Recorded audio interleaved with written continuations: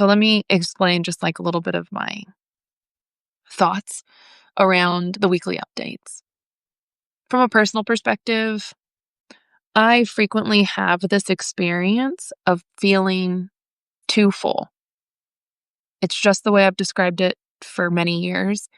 I think it's a matter of how I process information, how deeply I feel things, how much I think about things, and the constant way of drawing connections and making meaning. It's just kind of relentless. And at times it can be like a lot, and it can feel like a lot in terms of volume and depth.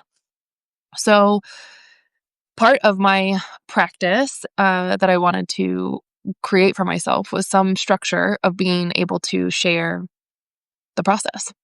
And it's almost like seeking a little bit of a release valve to name and share some things that are coming up without having to put everything into a really lovely package and make it look nice, like content creation. So it is like in my self-interest, I think, to try to practice offering on a more regular basis some of the highlights of what has been coming up for me. And I hope that in the process of doing that, it also is making some kind of connection to anybody who is open to receiving and like going in parallel alongside me in my process with your own experiences and what's coming up for you. I do think that there's some obvious connection there for like our shared experience in the historical happenings, present day, current events, that we're all, if we're paying attention, fielding at least some similar kinds of information and shockwaves. So I think that there's something important about being able to connect in the midst of like what we're truly going through presently. And sometimes content creation can feel like there's this urgency and also a little bit of like, um, I don't know, disconnection because it is so packaged, especially the way that we do things on social media now. So I have a lot of issues with participating in the attention economy. I'm not trying to steal people's attention, though. If you watch this or listen to it, thank you very much. But I don't want to like get into the grind of delivering these little sound bites that become, I think, misleading in our expectation for them to be self-sufficient in their own right. So this is very counter to that. If we haven't noticed in the past 3 weeks, every single one that I've done and now starting this processing the process weekly live updates is like totally just who knows what's going to happen. It's not polished. It is often very unclear, and this is going to be no different. Um, for instance, like what I could share is just an overview of some of the things that have come up in the past week since the last video to give you a sense of like the volume and where things are going for me. High level cursory overview. I'm holding energy around a conversation that I had last Friday with a friend, Sean. We put it on Substack. We did it on the live. So maybe you saw that. And much like most of our conversations, it's very much a free flowing dialogue. And, we had some notes that we thought we were going to get to, and we honestly didn't touch much of them in the process of what unfolded in our conversation. But we talked about things that matter. And I think just being in dialogue with people is very important to me. So it actually is the case that I am frequently interacting with people and having big conversations. It's how I do a lot of my work, even though it's not like, a job that I have, but it informs so much of my thought processes. So the conversations that I get to have and the interactions I have with people throughout the week is very much informing what I do. And I mean, that's not special. Hopefully that's the case for you too. But I would just put a note that I think it's important to highlight that we can make the most meaning out of the conversations we have if we approach them with that level of thoughtfulness and intention. New side note, look, I'm already having digressions. I've heard a lot in the past week. So many people express the sentiment that like what we crave right now is connection and also the skills for how to connect and like the spaces for us to meaningfully connect. And I hear that and it makes me a little bit sad, but also sad that it seems like such a longing and a lack so many people can resonate with. But I also find it really optimistic that when it comes to finding connections and making space for that, we have so many opportunities to be able to do that if we choose to. And like one example would be that when we have conversations with people, we could always lean in a little bit more to make it a more significant connection. If that's something we both or all people who are involved want to do. And it might take practice. It might take a little bit of nudging beyond the common, scripts or protocols for how to connect with people in everyday conversations. But that doesn't mean that it's not still available to us if we choose to go there and then make whatever interaction we have something that becomes a nourishing influence, small or big, in what happens after that and what we do with it. So, look, I was going to do a cursory overview of the week. So there was this conversation with Sean on Friday that was really exciting and fun. I love them. There's also every Sunday, of course, Liberation is Local, the space that I hold and share ideas in. I would like to talk a little bit about that. This is the page from last week. And I'm honestly already excited about next week. I made the page for next week a little bit early. I did it last night. And I'm going to try to resist not going there. But I think I'll pause there and just say the themes of what we do when it feels like we must act and repression and so many atrocities are just bombarding us. I think it can feel naturally very overwhelming, and we have to know where our options are for how to support each other and how to care for each other. And also like where our agency is in the grand scale of things. So I'm going to pause on that one. We'll get to it later.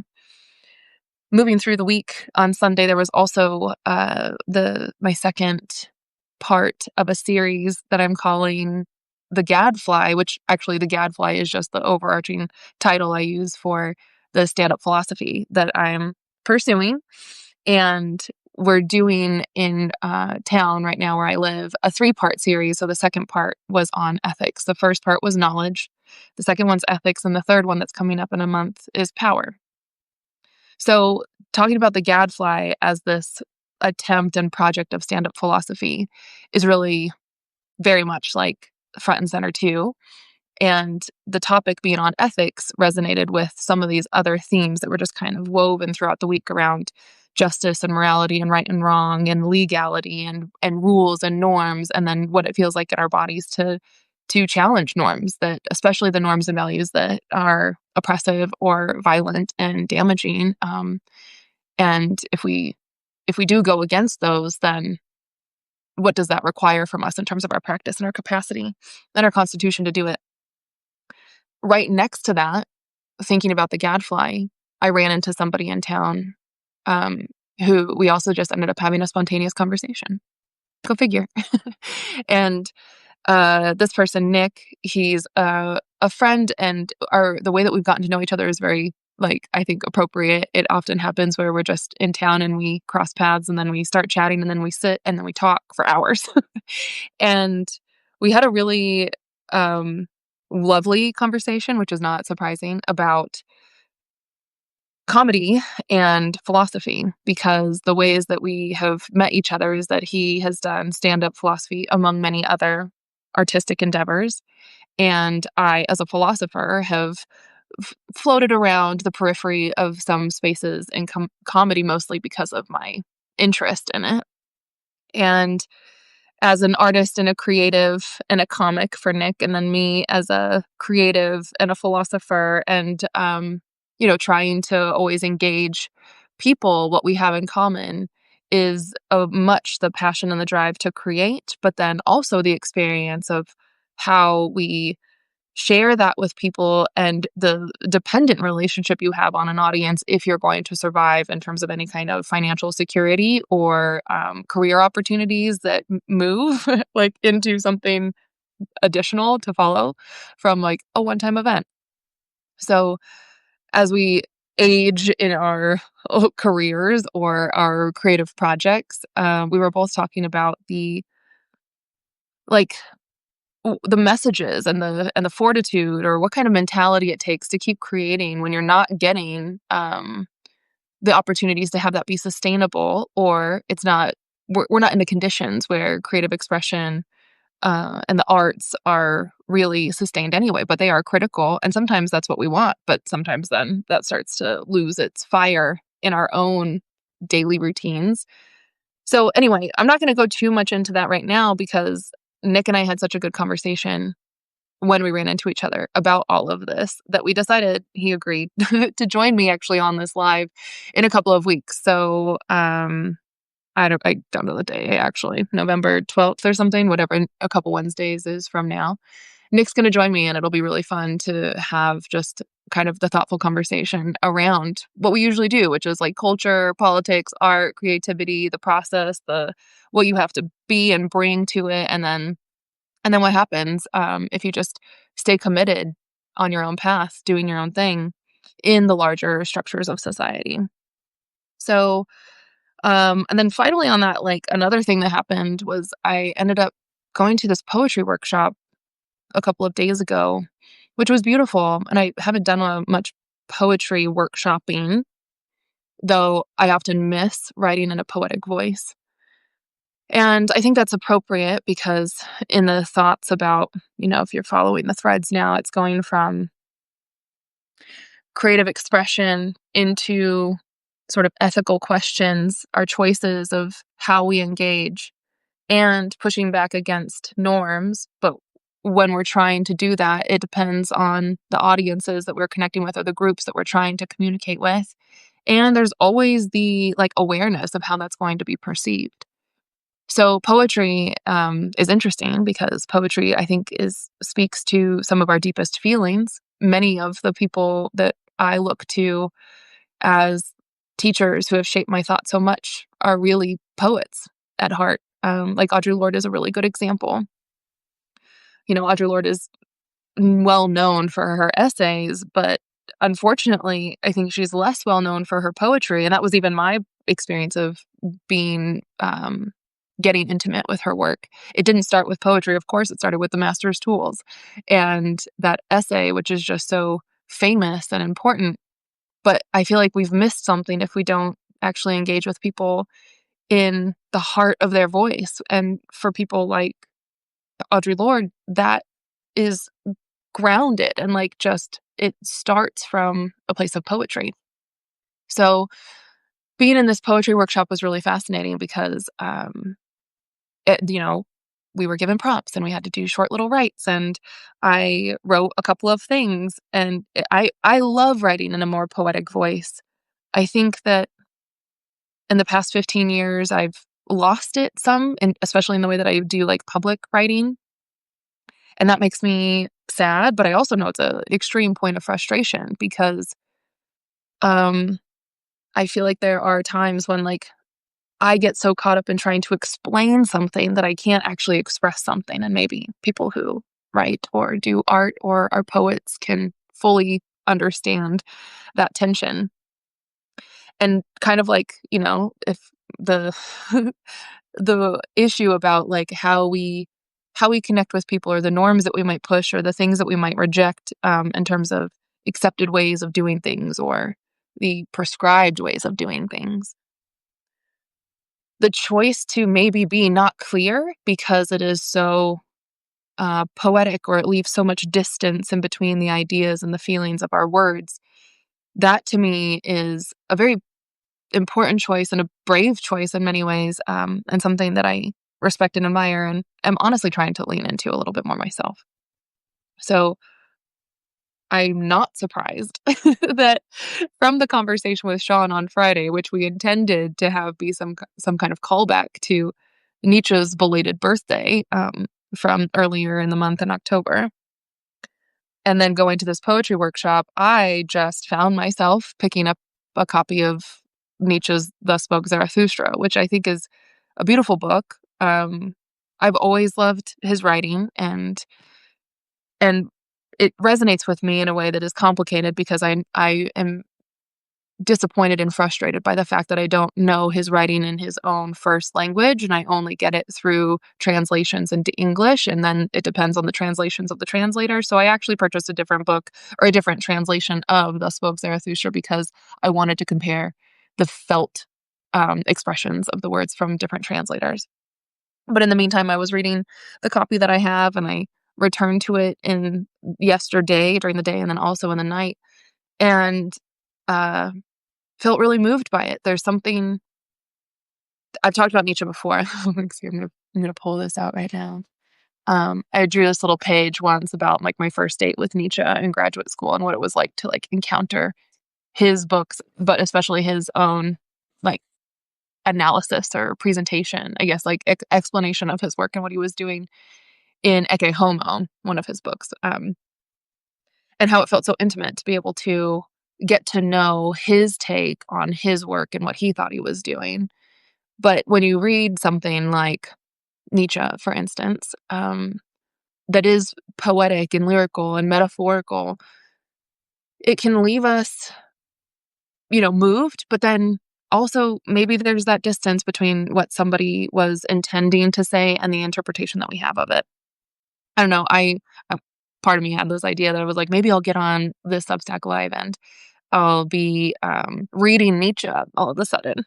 But I think for now, maybe I'll get into that. But for now, the thought that I'm trying to say is that like there's a need for us to express ourselves in sometimes more creative and heartfelt, emotive ways, and that runs the risk of not being understood by the people who we would want to have connect with our sharing. It also runs the risk of being wildly misinterpreted by people who could do much damage if they want to. That's kind of the case regardless of how we present ourselves. Um, and it's leaving me with a lot of question about how I want to be pursuing my work and expressing. Like leaning into the poetry is helpful. In the meantime, barring, very spacious and um, lovely poetic language, I have internalized some of the ways of Nietzsche's practice as I understand it by even doing pages in this fashion, which you can see is not like linear and coherent. There's a lot of jumping that goes on in my pages if you read them. That's partly just the way that my brain works, but it's also like trying to catch a breath for me so that I don't have to just lay it all out for someone. Like I need more room to breathe in my own thinking. And what could feel disconnected is kind of like the image that Nietzsche has of saying like we walk from peak to peak on a mountain, and instead of having to go all the way through the valleys, if you have long enough legs and you can handle the cold of the altitude and the crisp mountain air, then you can join from jumping from peak to peak. And that is, I think, how poetry works.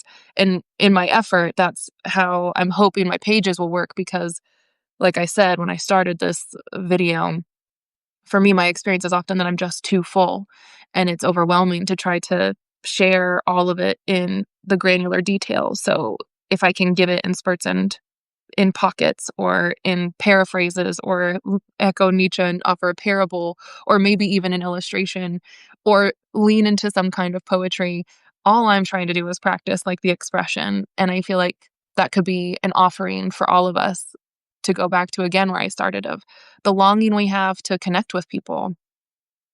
I guess hopefully there's just a greater openness of many multitudes of opportunities for the ways in which we can connect. And if we need it so desperately, then maybe we should try all the ways that we have to connecting with one another. I'm so tempted to read this Nietzsche. But okay, maybe I won't yet. Maybe I won't just yet. Okay, so I think that one of the things that I do want to do in these spaces of the weekly live updates is actually offer a little bit of an elaboration of liberation is local, because that is always a consistent anchor of thought. And I said I'm already thinking about next Sunday's content, but I'm going to resist going there and just kind of work through a little bit more of what happened last week so that there could be some continuity if you are following along on these lives. Last time when I was on, I'm trying to find the page from last week or the week before. It was one where we were talking about refusal being an option, and if you can deny or defy and say no, and the things that maybe we don't know we could say no to, or like, maybe we could practice on saying no to the things that we don't want and let that be our starting point. I kind of continued on that with a lot of attention on the fact that it's not just about learning to say no to the things that we don't want, but then putting that in a larger context of what we live in, which is a society with laws and rules and norms. So we were kind of exploring the tension of doing what is right and contrasting that with what is wrong against the backdrop of what might be legal or illegal, or what might be a rule and then breaking a rule, even if it's not at the level of like constitutional law, sort of policy, if you will. Um, those kind of agreed upon contracts, and just how what I was trying to really emphasize last week is that we started off here at the top of the page by saying we have to develop our skills to navigate slippery slopes, double-edged swords, and then selective emphasis of what we see is right or wrong or appropriate or illegal or breaking the rules or upstanding to some norms. We have to be really flexible in our way of thinking about that, because what our policies and rules or the norms are not consistently applied. That's just not the case. If anybody with a modicum of critical thinking would be able to recognize that what is legal is not always right, and what is right is not always legal. That plays out in history. And that is just like when people say we're legislating morality, um, follow the thread of an issue around identity or immigration or people's bodies or what folks have access to and which folks have access to it, or which people are deemed full humans and citizens and which are not. And you'll just like the goalposts are always moving and the concepts are always so permeable that, but they can be stretched and applied for certain cases to serve particular ends. So in talking about that, I kind of brought it back down to a very like basic notion that is used to teach, kids about how to resist peer pressure in middle school. Like, what's popular is not always right, and what is right is not always popular. And when we are living as conscious people in a world that we might strongly disagree with what is happening and how our structures are operating and hurting people, then we might have to do the thing that is not popular in the sense of the power structures. And that, of course, puts us in a place of vulnerability and risk. And it also might challenge some other levels of like our need to be accepted. So survival, like I was saying last week, our identities and our locations within systems of oppression can really influence like what is viable for us in terms of our resistance to refuse or deny or not participate. So I'm not saying that's not the case, but if we are willing to be the kind of people we need and want to be, then we also have to understand that in cultures of domination and violence, it's our responsibility to reject certain things, and particularly the status quo or the norms and the values that end up denying the humanity for so many people, or dehumanizing us as a culture, or desecrating the land. And that is a practice that I think we can start by saying, how does it feel in our bodies? Most people would say it's uncomfortable to break the norm. And I want to push even a little bit against that, because wouldn't it also be possible to live in non-normative ways that actually open us up to greater pleasure, more freedom, and different ways of connecting that could be even more fruitful and fulfilling and nourishing and full of care? That is possible precisely because it exceeds the confines of current norms and structures. So, yes, the pushing against norms is sometimes something that is uncomfortable, or being disruptive is something that puts us at risk. But I think about being willing to break free of norms and expectations when it comes to gender and sexuality, or relationships and how we form family and community. And those things can also be so beautiful. Like kind of earlier, I mean, if you're following this, I tried so hard early on to just like show you all the things that are happening in my head and the themes of ethics, but the themes of creativity and connecting with audience and what we do. Like, what we literally do, the choices that we make, it's all in there. So you could also say it could be very freeing to break the norms of expectation of how you make a life, how you build your career, the projects that you pursue, that there might be such beautiful surprises and such rewarding richness that comes from that, that disrupting the norms is exactly what we need to do. And the experience goes very, very, very much beyond just the discomfort of being disruptive. So yeah, that is, and underscore that in the embodied practice or the living of it, we are actually making that real too. So there's a comment here about like shifting the norms. I think that it is by doing it that we also can sort of supplant and replace and maneuver around the norms themselves. So actually, this does come up in the page down here too.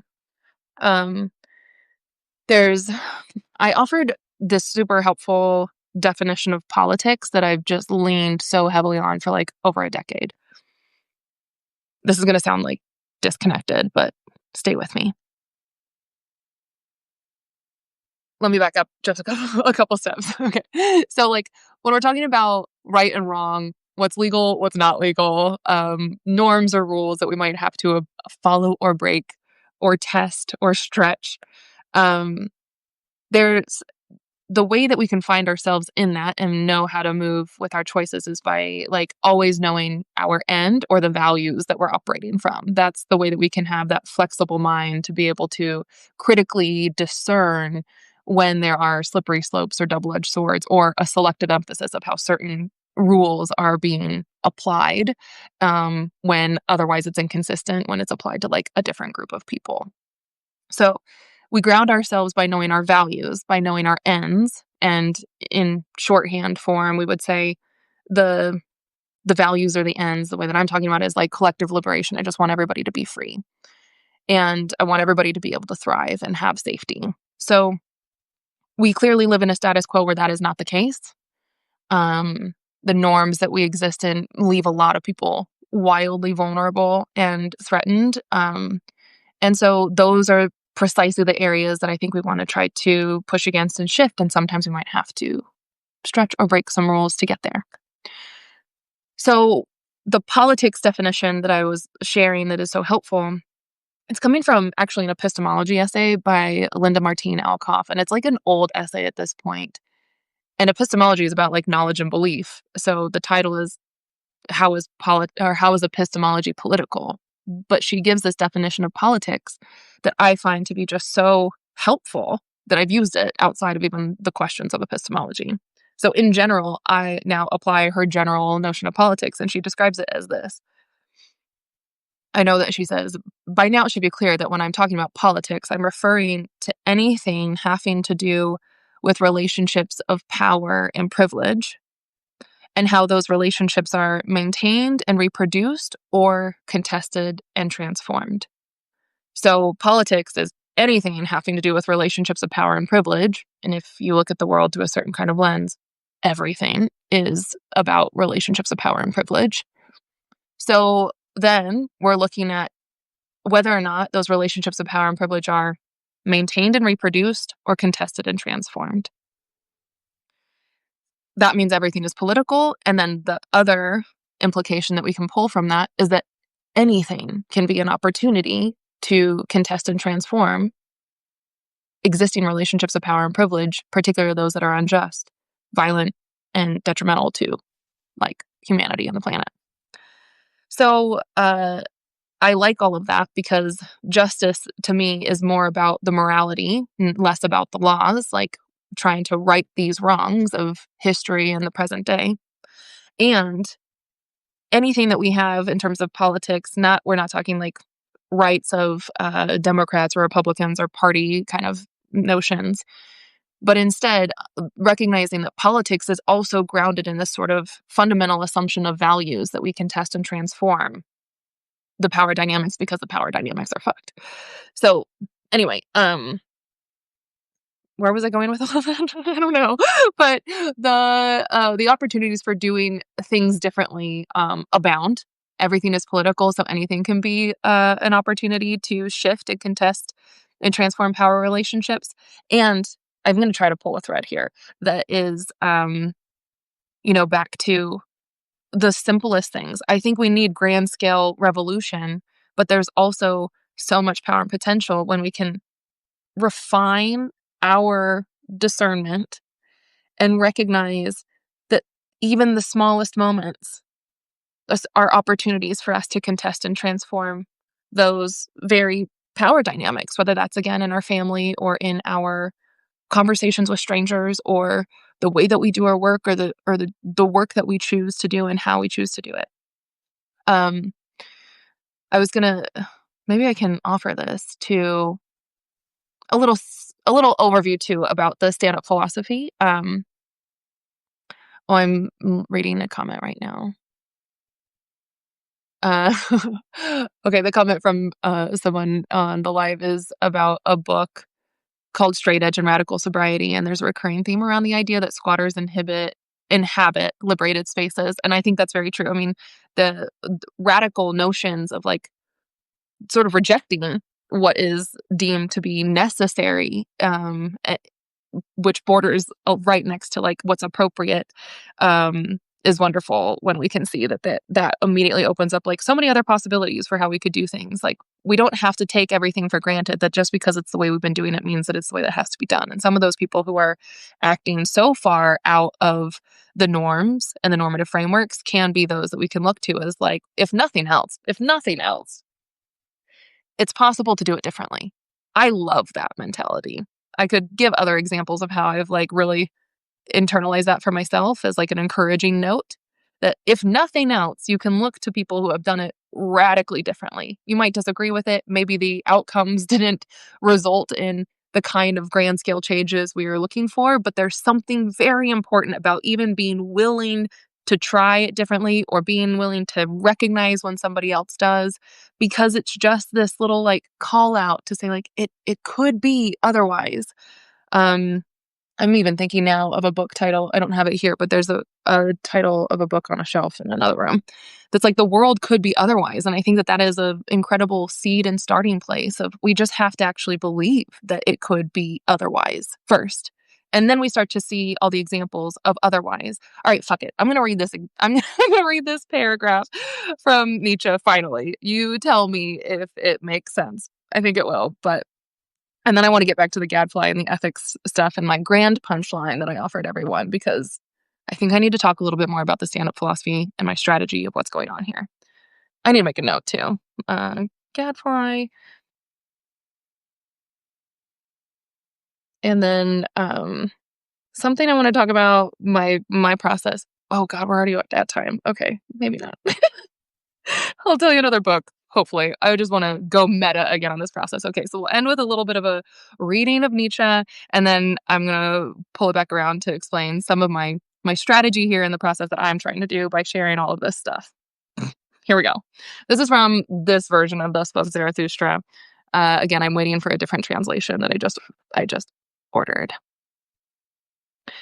This is the chapter of it's titled Of Old and New Law Tables. So the law tables being the kind of like norms and the tablets of our commandments, if you will, of what we presume we have to do. So he who has grown wise concerning old origins, behold, he will at last seek new springs of the future and new origins. O my brothers, it will not be long before new peoples shall arise and new springs rush down into new depths. For the earthquake that blocks many wells and causes much thirst also brings to light inner powers and secret things. The earthquake reveals new springs. In the earthquake of ancient peoples, new springs break forth. And here's the part I like. And around him who cries, behold here a well for many who are thirsty, one heart for many who long, one will for many instruments. Around him assembles a people, that is to say, many experimenters. Who can command, who can obey, that is experimented here. Alas, with what protracted searching and succeeding, and failing and learning and experimenting anew. Human society, that is an experiment, so I teach. A long search. It seeks, however, the commander.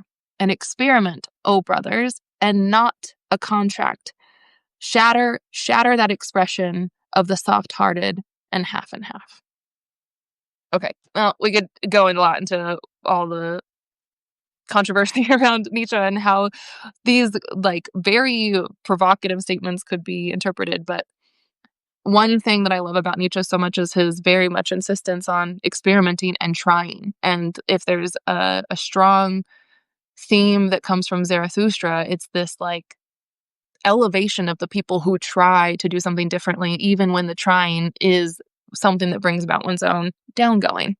So it's not to be taken lightly. There's clearly risk, but there's something so critical about breaking free to be able to experiment. And I think that now this like point is coming through pretty strongly. So I'll stop belaboring it.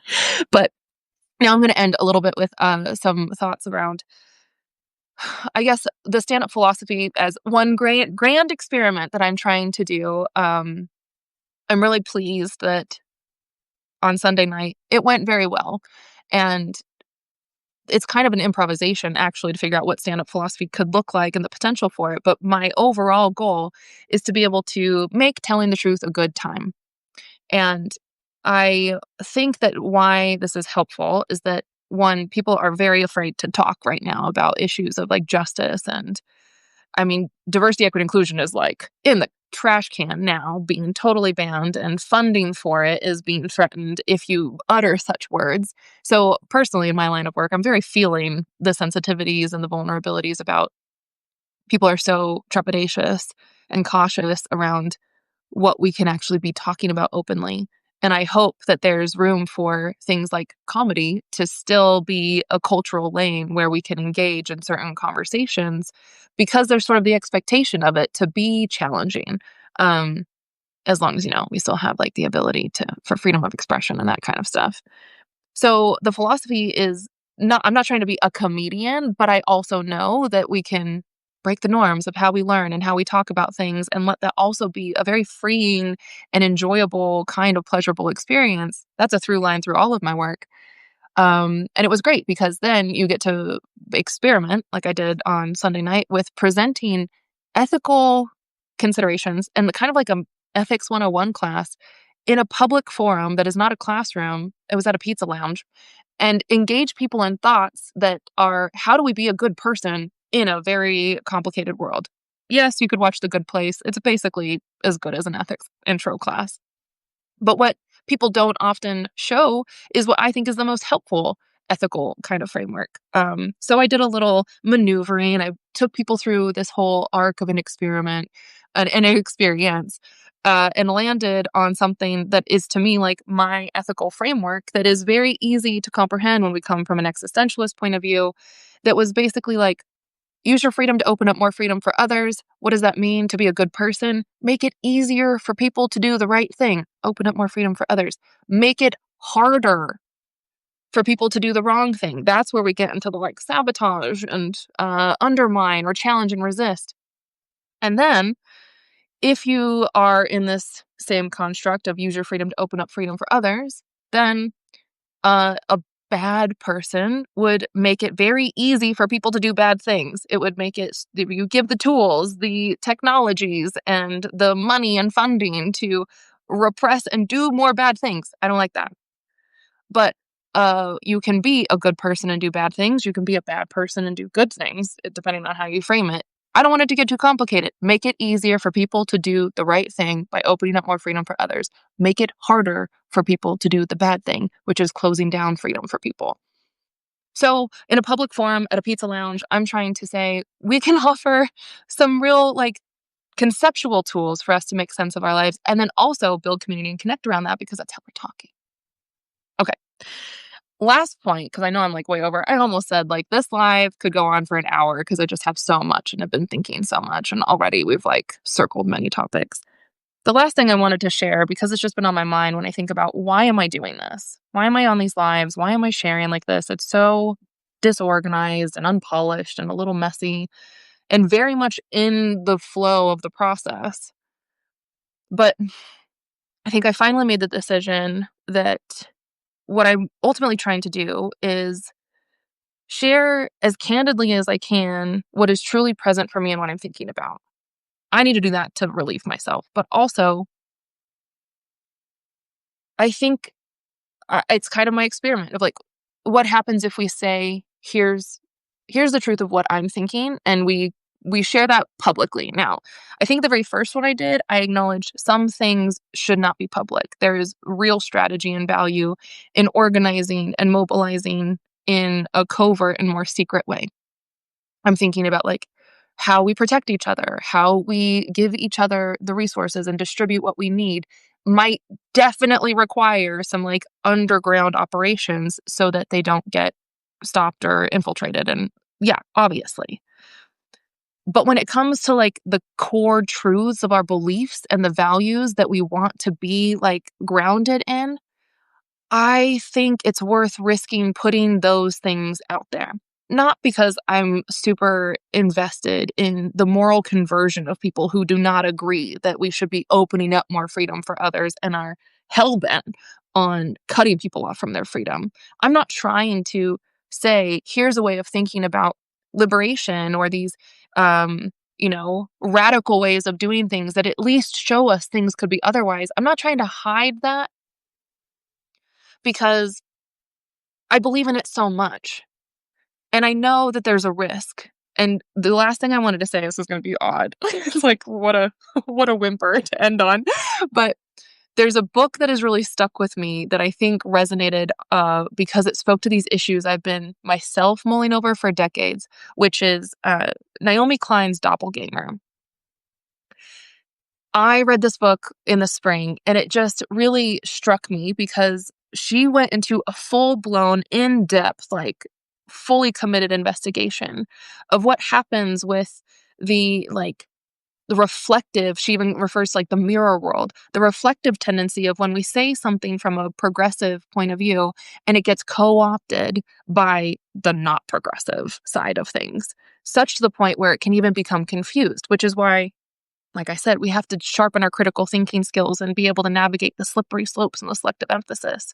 But in Klein's book, um, she's acknowledging this like real profound, like orchestrated and funded uh detailed like system of how what we say or hold as our like most basic fundamental values and truths of like a progressive leftist like radical kind of orientation get so twisted and manipulated and co-opted in dangerous and really egregious ways.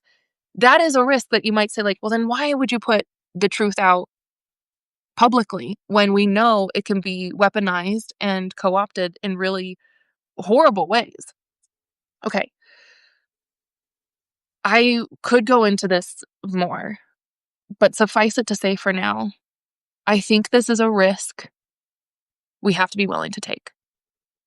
And personally, this doesn't need to be about me, but I feel like my entry back into some kind of social media sharing is a risk that I sort of have to take too. I've had to prepare myself to be willing to do this.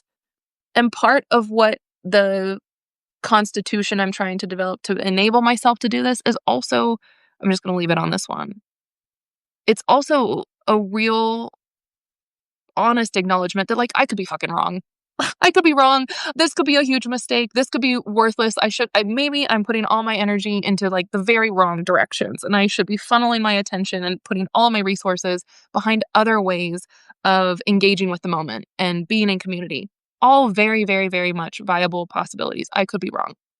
So I think that when we talk next week, based on the page that I've already developed for Liberation is Local, um, I want to explore a little bit more about like this very, very, very deep commitment that I've developed over the past several years to a notion of faith.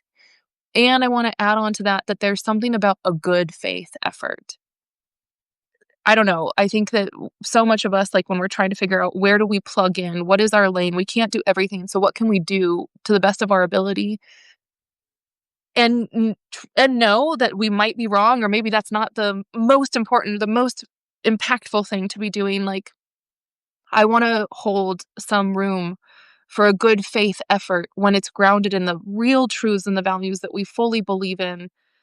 And then just that attempt, the experiment, the try. And hopefully we can have a little bit of like grace for each other if it's not the case, because it came from the good faith effort, kind of like the Nietzsche stuff. Um, and also, I feel like we have to do it because the possibilities that could emerge from that are just the most important things that we have to be willing to strive for. So, my goodness, that was a lot. But yeah, that's the nature of these things. It's a lot, and I'm sharing because every week there's just so much going on. So I need to put it out there. Thank you for being here, those of you who joined. If you watch this later on, I just have to put in the ask. I'm trying to get better at that too. Like, if you're not already subscribed to Substack, subscribe to Substack so you get the notifications. And if you want to support my work, you can do that by being a paid subscriber or going to my Buy Me a Coffee page and offering a little bit of hugs through the form of coffees. Or you can just go to my website, CoriWong.com, and find the page Love an Artist, where there's lots of ways that you can support my work. I really appreciate it. Thank you all for being here. Thanks for being you and truly joining me in the process of learning and trying and sharing and connecting and experimenting and just being in it. So thank you so much. And hopefully I'll see you again soon.